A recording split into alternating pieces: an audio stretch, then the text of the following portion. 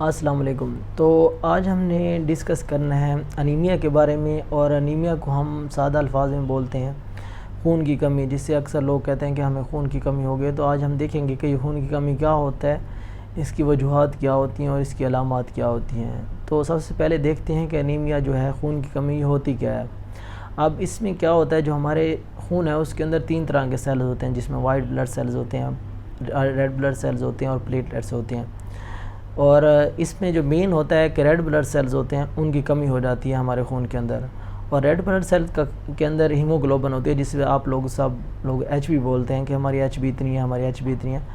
तो red blood cell के अंदर जो हीमोग्लोबिन होता है, जो एच बी होती है, उसका क्या काम होता है कि वो ऑक्सीजन को अपने साथ मिला के ट्रांसपोर्ट करती है। रेड ब्लड सेल के अंदर जो मतलब इनका काम क्या होता है कि जो ऑक्सीजन को ट्रांसपोर्ट करते हैं हमारे टिश्यूज़ में जहाँ जहाँ भी ज़रूरत होती है। मतलब ब्लड के अंदर ऑक्सीजन लेके आते हैं रेड ब्लड सेल जो है हमारे फेफड़ों से, और फिर कार्बन डाइऑक्साइड भी ले जाते हैं पूरे जिस्म से फेफड़ों तक, ताकि वो हम बाहर खारिज कर सकें। तो ये तो होता है जो इसका मेन फिजियोलॉजिकल या एक जो कुदरती सिस्टम है उसके अंदर ये हो रहा होता है। अब जब कमी हो जाएगी रेड ब्लड सेल्स की, रेड ब्लड सेल हमारे जिस्म में कम हो जाएंगे, उसकी वजह से अनीमिया होता है।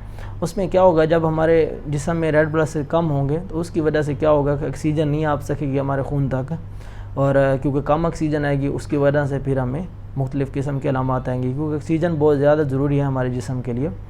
अब इसकी जो काज़िज़ होती हैं, इसकी जो वजूहात हैं, वो ये हैं कि इसमें हमारी जो हड्डियाँ होती हैं, एक्चुअली खून उधर पहनता है बोन मैरो के अंदर। अब बोन मैरो को 3 चीज़ों की ज़रूरत होती है, एक तो आयरन की, दूसरे नंबर पे फोलिक एसिड की, और तीसरे नंबर पे विटामिन B12 की।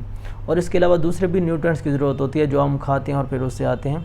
तो उन न्यूट्रिएंट्स के जो मेन उसमें होते हैं, आयरन होता है, फोलिक एसिड होता है और विटामिन B12 होता है। तो इन 3 चीज़ों से हमारा जो बोन मैरो है वो बनाता है RBCs, जो रेड ब्लड सेल्स हैं। तो जब अगर हमारे जिस्म में फोलिक एसिड की कमी होगी फिर भी इनकी प्रोडक्शन कम होगी।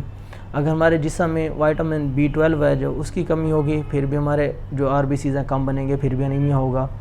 और अगर दूसरे नंबर पे इसमें आयरन की कमी है हमारे जिस्म में, तो फिर भी हमारे जो रेड ब्लड सेल्स हैं वो कम होंगे। तो मेन इसमें क्या होता है कि विटामिन B12 और जो फोलिक एसिड है, अगर इनकी कमी होगी हमारी डाइट में या हमारे जिस्म में, तो उस वजह से हमारे रेड ब्लड सेल्स कम होंगे, कम बनेंगे। अब इसकी काफ़ी सारी टाइप्स हैं। कुछ ये होते हैं कि कंजेनिटल होते हैं, मतलब बाय बर्थ कुछ लोगों में मसला होता है, मतलब उनके RBCs बन ही नहीं रहे होते। तो जब RBCs बन ही नहीं रहे होंगे तो फिर तो आप में अनीमिया होगा और सीवियर अनीमिया होगा, और वो फिर ठीक नहीं होगा। जो कंजेनिटल होगा वो तो ठीक नहीं होगा। एक होता है एक्वायर्ड अनीमिया। एक्वायर्ड में क्या होगा कि जैसे आपको वाइटामिन आप नहीं ले रहे तो उसकी वजह से आपको अनीमिया हो जाएगा, लेकिन आप बाद में वाइटामिन लेते हैं, जैसे फोलिक एसिड हो गया या विटामिन B12 है, ये लेंगे तो आप ठीक हो जाएंगे।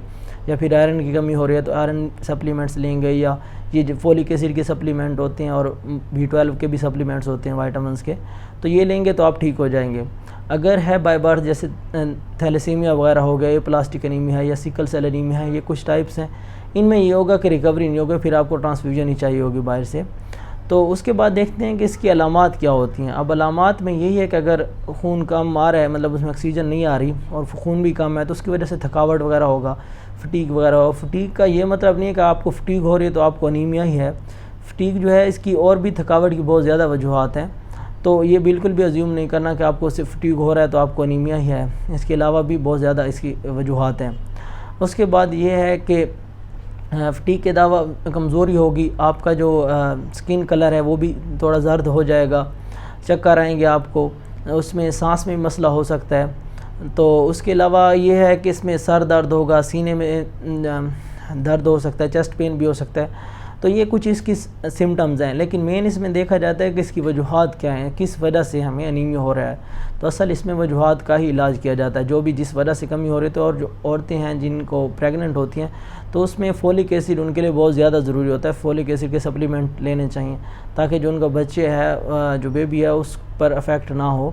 मतलब अगर फ़ीमेल में अक्सर औक़ात ये अनीमिया हो जाता है, जैसे कि पीरियड्स की वजह से उनकी ब्लीडिंग हो रही होती है, ज़्यादा ब्लीडिंग हो तो उसकी वजह से भी अनीमिया हो सकता है। अगर किसी को मतलब कोई GIT जो हमारा ये है, मसलन मैदे में ज़ख़म है, उधर से खून कहीं से भी अगर खून की मतलब बह रहा है तो उस वजह से अनीमिया हो सकता है। जैसे कोई एक्सीडेंट वगैरह हो उससे भी अनीमिया हो सकता है।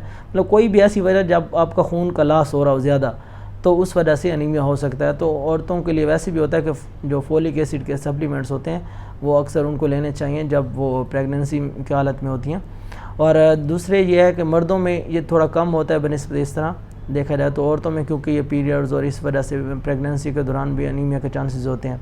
तो ये कुछ उसकी अलामात हैं और उसकी वजूहात हैं। तो हमें अपनी जो डाइट है उसके अंदर इस तरह की चीज़ें खानी चाहिए जिनके अंदर फोलिक एसिड ज़्यादा हो, आयरन ज़्यादा हो या विटामिन B12 ज़्यादा हो, तो हमें ये मसले नहीं होंगे।